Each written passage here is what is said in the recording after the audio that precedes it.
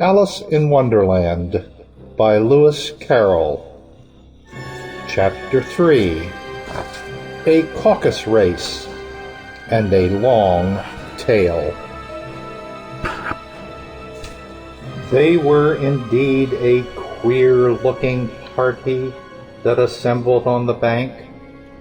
The birds with draggled feathers, the animals with their fur clinging close to them, and all dripping wet, cross, and uncomfortable.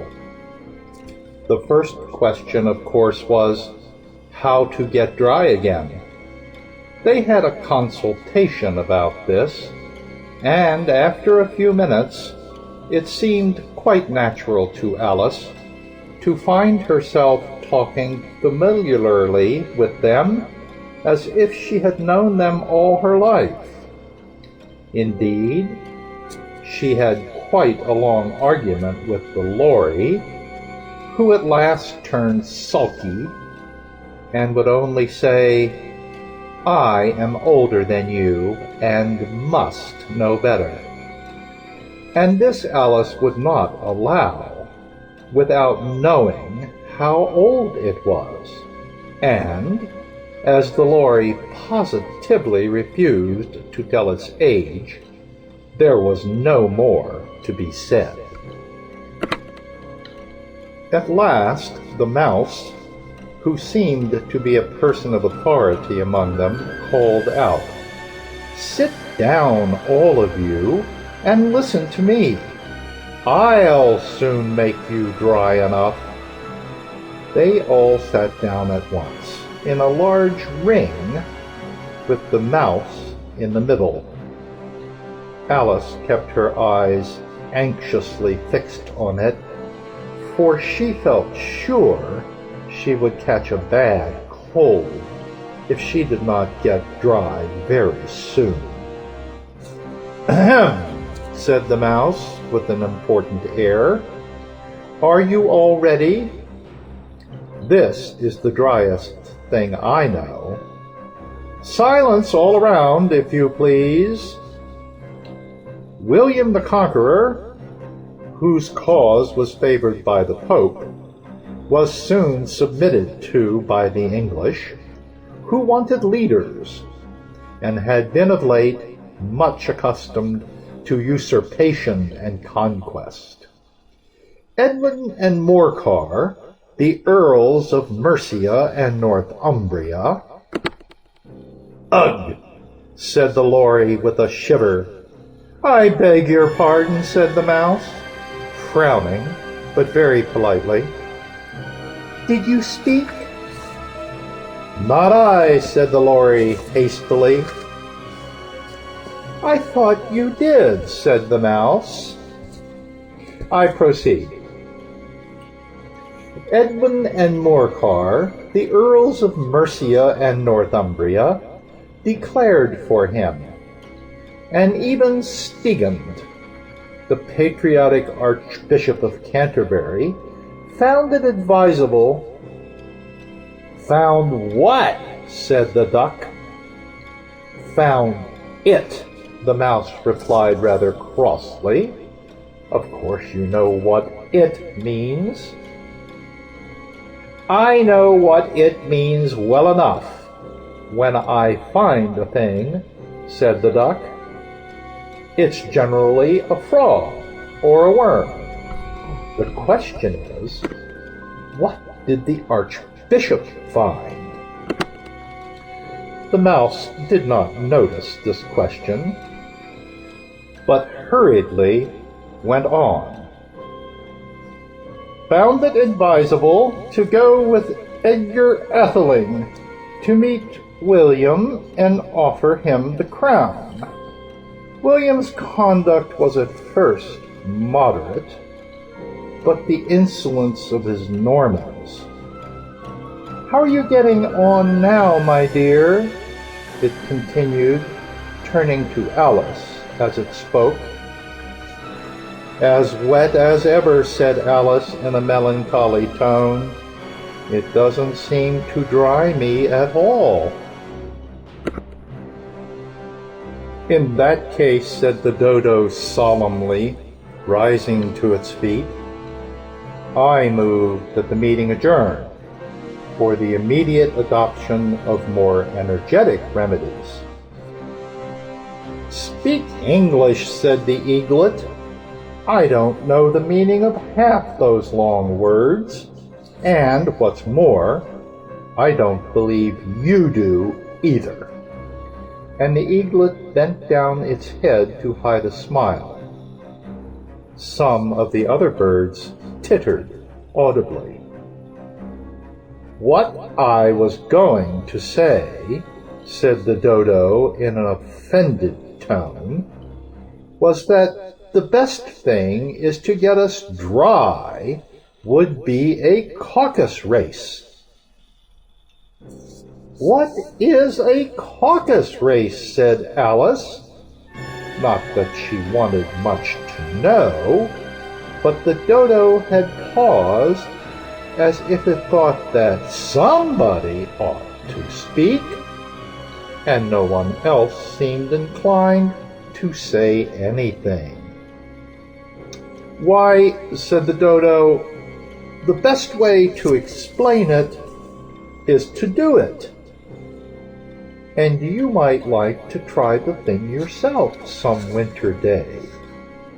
I will tell you how the dodo managed it. First, it marked out a race course in a sort of circle.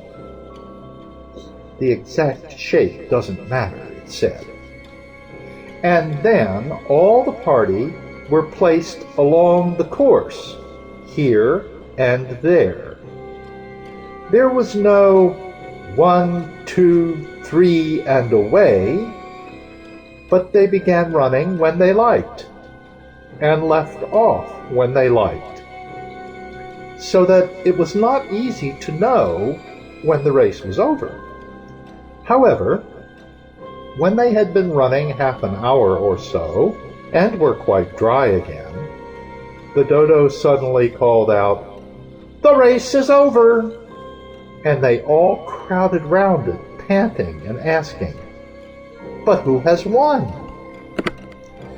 This question the dodo could not answer without a great deal of thought, and it sat for a long time with one finger pressed upon its forehead, the position in which you usually see Shakespeare in the pictures of him, while the rest waited in silence.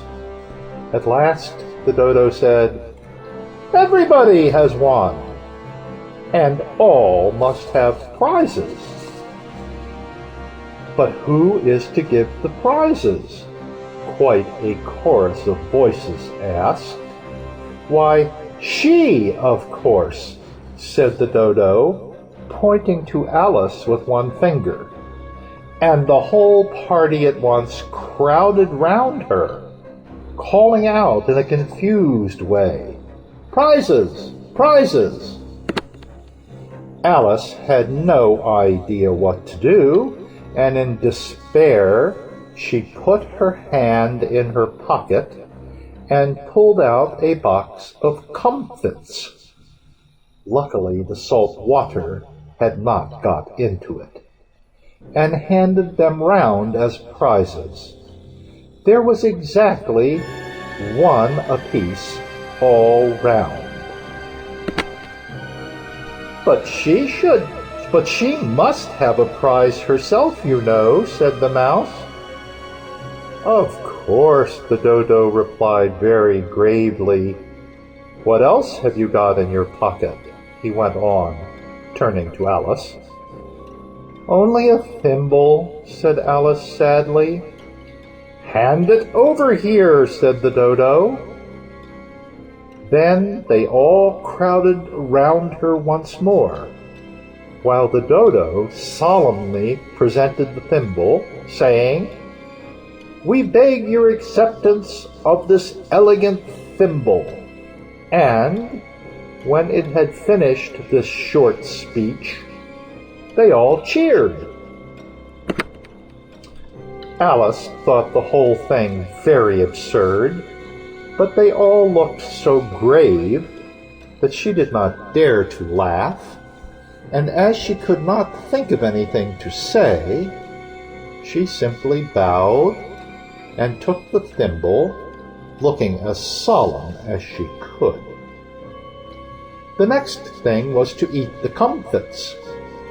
This caused some noise and confusion, as the large birds complained that they could not taste theirs, and the small ones choked and had to be patted on the back. However, it was over at last, and they sat down again in a ring and begged the mouse to tell them something more. "You promised to tell me your history, you know," said Alice, "and why it is you hate C and D," she added in a whisper, half afraid that it would be offended again. "Mine is a long and a sad tale," said the mouse, turning to Alice and sighing. "It is a long tale, certainly," said Alice, looking down with wonder at the mouse's tail. "But why do you call it sad?" And she kept on puzzling about it while the mouse was speaking, so that her idea of the tale was something like this. Here the words are written on the page 1 to 4 on a line, and the lines are offset so they snake down the page in a wavy fashion. And here's what they say. Fury said to a mouse that he met in the house, "Let us both go to law. I will prosecute you. Come, I'll take no denial. We must have a trial. For really this morning I've nothing to do." Said the mouse to the cur, "Such a trial, dear sir, with no jury or judge, would be wasting our breath." "I'll be judge, I'll be jury," said cunning old Fury. "I'll try the whole cause, and condemn you to death." And there's where the snaky text ends. Continuing, "You are not attending," said the mouse to Alice severely. "What are you thinking of?" "I beg your pardon," said Alice, very humbly. "You had got to the 5th bend, I think?" "I had not," cried the mouse, sharply and very angrily. "A knot," said Alice, always ready to make herself useful, and looking anxiously about her. "Oh, do let me help to undo it." "I shall do nothing of the sort," said the mouse, getting up and walking away. "You insult me by talking such nonsense." "I didn't mean it," pleaded poor Alice, "but you're so easily offended, you know." The mouse only growled in reply. "Please come back and finish your story," Alice called after it, and the others all joined in chorus. "Yes, please do!" But the mouse only shook its head impatiently and walked a little quicker. "What a pity it wouldn't stay," sighed the Lory, as soon as it was quite out of sight, and an old crab took the opportunity of saying to her daughter, "Ah, my dear, let this be a lesson to you never to lose your temper." "Hold your tongue, Ma," said the young crab a little snappishly. "You're enough to try the patience of an oyster." "Oh, I wish I had our Dinah here, I know I do," said Alice aloud, addressing nobody in particular. "She'd soon fetch it back." "And who is Dinah, if I might venture to ask the question?" said the Lory. Alice replied eagerly, for she was always ready to talk about her pet. "Dinah's our cat, and she's such a capital one for catching mice you can't think. And oh, I wish you could see her after the birds. Why, she'll eat a little bird as soon as look at it." This speech caused a remarkable sensation among the party. Some of the birds hurried off at once. One old magpie began wrapping itself up very carefully, remarking, "I really must be getting home. The night air doesn't suit my throat." And the canary called out in a trembling voice to its children, "Come away, my dears. It's high time you were all in bed."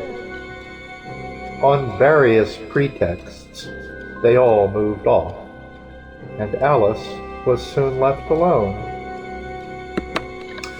"Oh, I wish I hadn't mentioned Dinah," she said to herself in a melancholy tone.